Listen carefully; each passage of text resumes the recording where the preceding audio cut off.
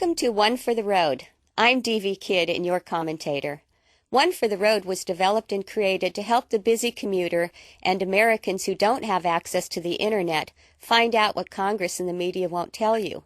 Let me quote from Lou Dobbs, CNN, May 8, 2007. The political posturing was about the phony, contrived battle between the Democrats and Bush over funding for Iraq. Quoting Dana Bash, CNN congressional correspondent. Now, instead of negotiating with the White House, the House Democrats are rallying around a plan that would withhold more than half of the $100 billion the president wants.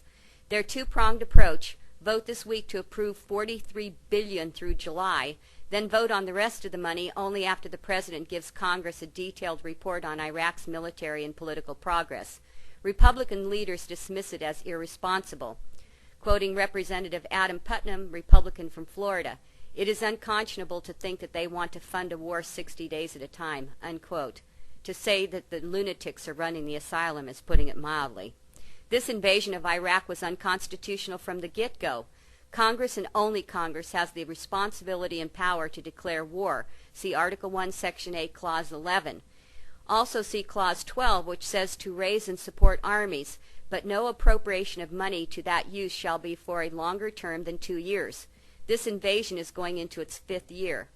Our founding fathers wanted to make sure a dictatorship or monarchy would never rule this newly birthed republic. These cowards in Congress allowed Bush to use our unconstitutional participation in the communist UN to escape their responsibility and accountability regarding Iraq. Let me give you a quote from an individual whose column on this issue was absolutely on point. This is Alexander Tabarrok, April 5, 1999, The Independent Institute. Quote, "If any ambiguities about war powers remained, Chief Justice John Marshall removed them in one of the earliest Supreme Court cases on the subject. See Talbot v. Seaman, 1801. Congress alone, the court unanimously ruled, had the whole powers of war, whether that meant authorizing general hostilities or partial war." Much later, Justice Thurgood Marshall referred to this ruling and noted that nothing in the 172 years since those words were written alters that fundamental constitutional postulate. See Holtzman v. Schlesinger, 1973, unquote. The Republicans who pushed this immoral invasion through are now trying to defend the defenseless with Bush, and the Democrats couldn't find their backsides with a blueprint.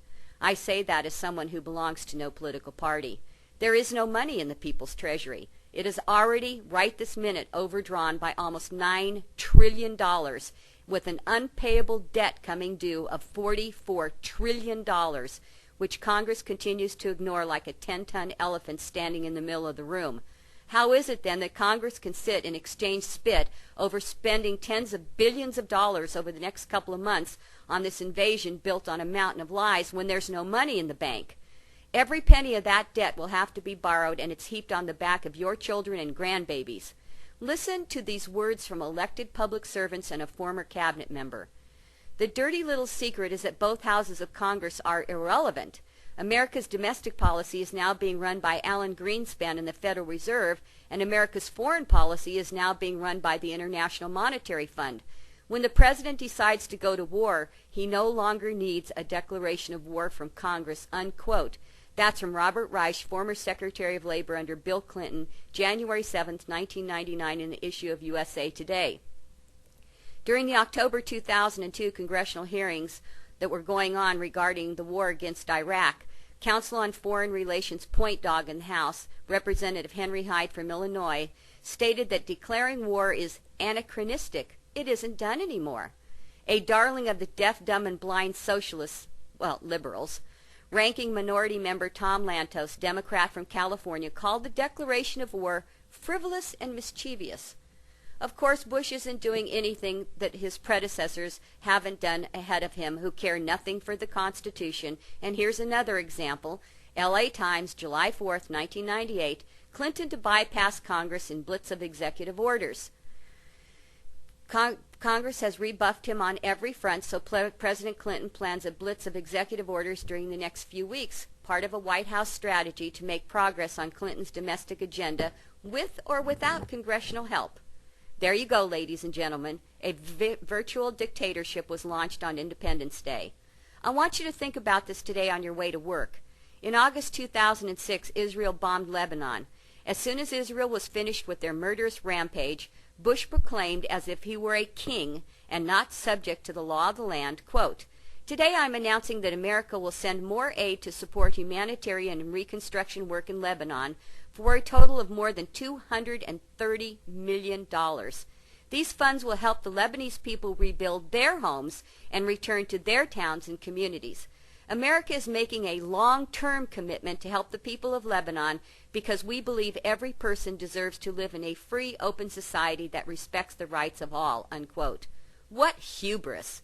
There isn't a scintilla of constitutional authority for Bush to simply rob the people's treasury and steal your children's future to rebuild any city or country, especially considering the fact that there's no money in the treasury.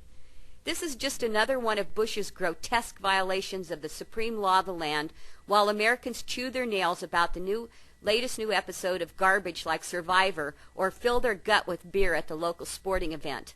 Congress should have immediately stepped in and said, "No, Mr. President, neither you nor this body has any authority to loot the people's treasury for your political games."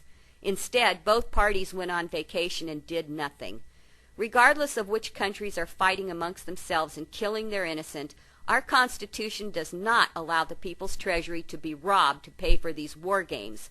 That $230 million doesn't even exist. It has to be borrowed from the privately owned Federal Reserve banking cartel. Today you will work for that debt, and your children will be chained like oxen to the yoke for all of their lives, trying to pay down just the interest. Think about it, and then think about these sentiments from Iraqis. In March 2007, during an interview, Qadim al-Jabouri spoke of his joy at being the leader of the crowd that toppled the statue in Baghdad's Firdas Square. Now, on the 4th anniversary of the U.S.-led invasion of Iraq, he says, "I really regret bringing down the statue. The Americans are worse than the dictatorship. Every day is worse than the previous day," unquote. From the Washington Post, September 26, 2006, Baghdad.